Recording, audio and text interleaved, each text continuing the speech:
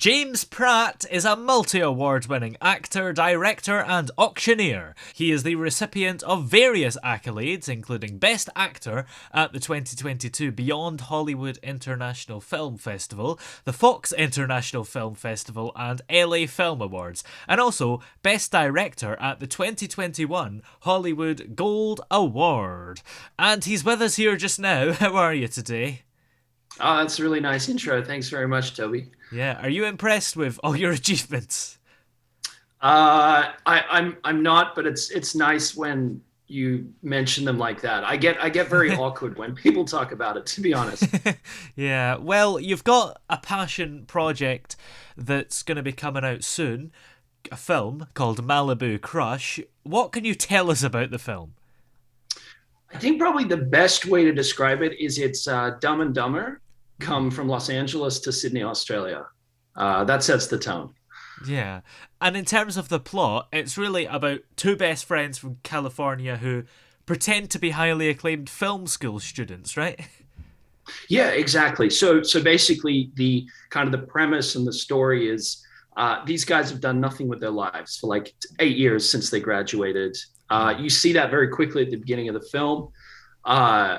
They're slightly delusionary, but in a fun way. And they have this idea that this girl that one of them briefly dated for 2 weeks is still obviously madly in love with him, and they con their way to go to Australia to what they see as they need to stop a wedding because this girl does love him. Yeah. And of course, you were the writer, director, and you starred in the film as well. Does that make things easier or harder when you're doing all these different roles? It's so much harder, and just to kind of put things into perspective, I never wanted to do this. It was more, COVID happened, everything was in lockdown, and it was one of those things where if you kind of want to push something over the finish line, you kind of have to wear multiple hats. Yeah. So if I had my choice to do it again, I'd love to kind of just stick to one sort of sandbox. But at the same time, it was a fantastic experience. But yeah, wearing multiple hats is multiple jobs and multiple Yeah. stress. So, which one of those jobs would you have wanted to do just? I really love the idea of directing. Yeah. And when you can solely focus on directing is fantastic. Likewise, I went to acting school. I graduated from acting school. Would love to just act next time, like one or the other, just so you can sort of keep that focus to the whole time, I think is the best way to put it. Yeah. Do you think some parts of the film might have worked out better because you were the writer and the director? Does that make things easier because it's one vision? There's nobody sort of arguing with you. Yeah, well, I know exactly what you're saying, and I think, yeah, I mean that certainly speeds up communication, especially if hypothetically, you have an important scene coming up, and you don't need to kind of do extra meetings to kind of show people what you need. You already know what you need yourself. I think that's great, and it does certainly. It makes things easier for rehearsals and communicating with the actors. That's for sure. Yeah. So who else has worked on this film? So there's a great cast and a great crew. I mean, I think everybody involved just has their own special elevator pitch. Yeah. Demetra Seeley, she's from Fast and the Furious 9. Oh. She's a great actress in it. Bella Valentini, she's done 3 feature films. Brittany Hockley, she was the Bachelor runner-up in Australia, and she has her own show on Kiss FM. Really well shot by Connor Jansen. He's a real up-and-coming cinematographer. And there's someone I really want to say, Brianna Cook, who's the editor. She definitely is someone that deserves a lot of credit. So if anyone laughs at this film, I think Brianna deserves a lot of credit for the edit that she did, which is really good. Yeah. And how did you manage to sort of cast these people in the roles? It's kind of like a make the most of the situation sort of story, because we were in lockdown with COVID, and I'm usually based in Los Angeles. I was back in Australia. They closed the border. And that's where it was like, well, if I'm going to be stuck in Australia, let's make a feature film. And that's where it was like I had to wear more than one hat, because it's like, the director that we wanted couldn't come from America, and so it was really making the most of mainly just local connections in Sydney. Yeah. And because the two main characters come from California, did you film parts there, or is it all sort of done in Australia? Yeah, it's a good question. So what we did is we did B-roll footage in the US, Mm. and a really talented cinematographer called Stephen Napolitano. He did the like Santa Monica footage, the Burbank footage, and then he basically sent that across to us while we were stuck in lockdown in Australia. And then we shot in Australia, and then there was a couple of scenes we tried to fake Australia for the US, Yeah. which it takes a bit of effort, Yeah. but it can be done. You just need to find very similar landscapes and hope no one drives on the other side of the road while you're Oh, filming. yeah. That's the problem, isn't it? Right, Yeah, right. absolutely. And the background that you've got there, is that real? Because, No, usually on Zoom, you can sort of tell if it's fake, but it seems seamless between your what back and the view. I'd love to ask what do you think, Toby? I think it's fake, probably, because if you've got a Okay. view like that, you're on a plane, probably, or up a really high hill. So that basically, this is the view that I have. Hmm. This is a photo that I took, Ah, but it's a fake view because what I found is sometimes when I'm doing Zoom calls, late at night, people seem to think, oh, I want to see a nice picture. So that's why the yeah. sky never changes. You don't see any planes fly over as well. Yeah, that's the thing. And the clouds are not moving. Right, right. Exactly. Yeah. So, what would you say has been your favourite part of working on this film? There's a lot of it's a stupid comedy. Like I said, it's Dumb Mm, and Dumber. So um, there's a lot of scenes where it's like it's just stupid laughter. yeah. And I think that was just really fun to shoot. But on a serious note, probably the best time I had is I got to work with this sound mixer called John Resk. He's an industry stalwart. He has his own sort of sound studio, and it was just a lovely experience. This guy's made so many feature films, and to kind of get to go into the soundstage every day with him as the director, sit next to him as he mixed the whole film from start to finish, Yeah. get his input, have him show what he's done on big feature films. It was a nice experience because usually it tends to be, people take it as, well, I have a job, I have another job waiting. Yeah. But that was probably more like a serious thing. Other fun times, look, we broke chairs as we were filming.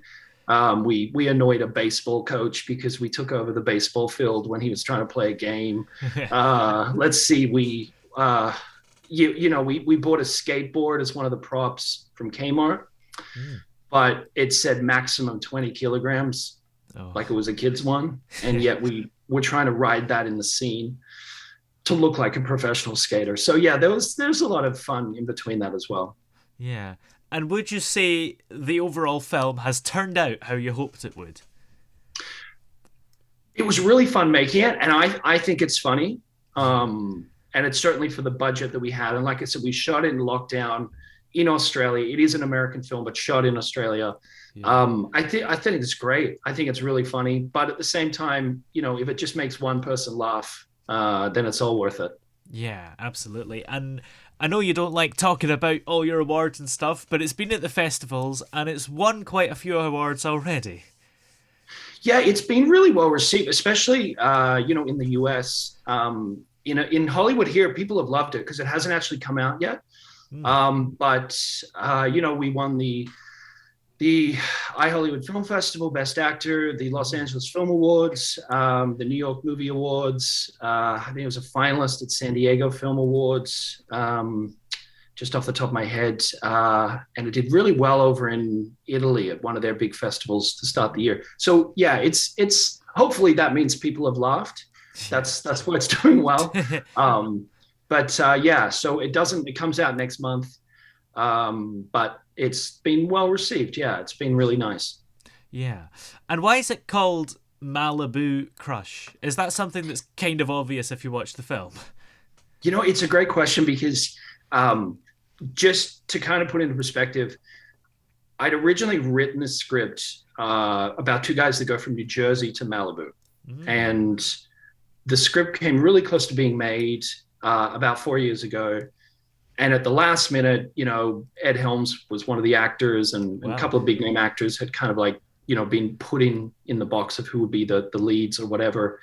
And it fell through at the last minute. And then about just after that, we had COVID. So what I did is when we were everyone was in lockdown, I rewrote the script. So instead of two guys go from New Jersey to Malibu, it's two guys go from Los Angeles to Sydney, Australia, Bondi Beach. Yeah. But in the story, they're supposed to be these snobby, rich Malibu film school students. So it's like they're the next big thing from Malibu that they're pretending to be.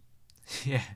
And do you think that you will have more films out in the future? Yeah, I mean, I'm just about to start a new one here, which is really exciting. Ooh. And then in September, I'm shooting a new TV show, which this is kind of like in front of the camera. But my real goal, I'd love to be directing. I've got a passion project that, if all goes to plan, we'll be able to shoot, which I can direct in November, December of this year, which is set against cornfields, a detective thriller, so a little bit different to comedy. But at the moment, I'm in front of the camera for the next little while. Yeah, that's exciting. And what can you tell us about your next film, if you're allowed to give such information away? So the one I'm just about to start at the moment, I have a contract where I can't talk about it till the studio releases the marketing. So that's anti-fun. But I can tell you my big passion project at the end of the year.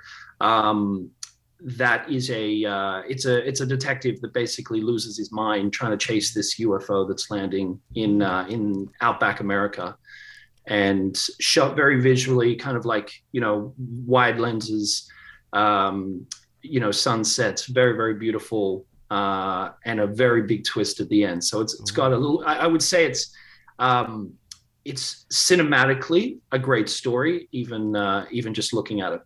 Yeah, absolutely. And this current film, of course, Malibu Crush, also sounds very exciting just from reading the description of it and watching the trailer. How much do you think it lives up to expectation?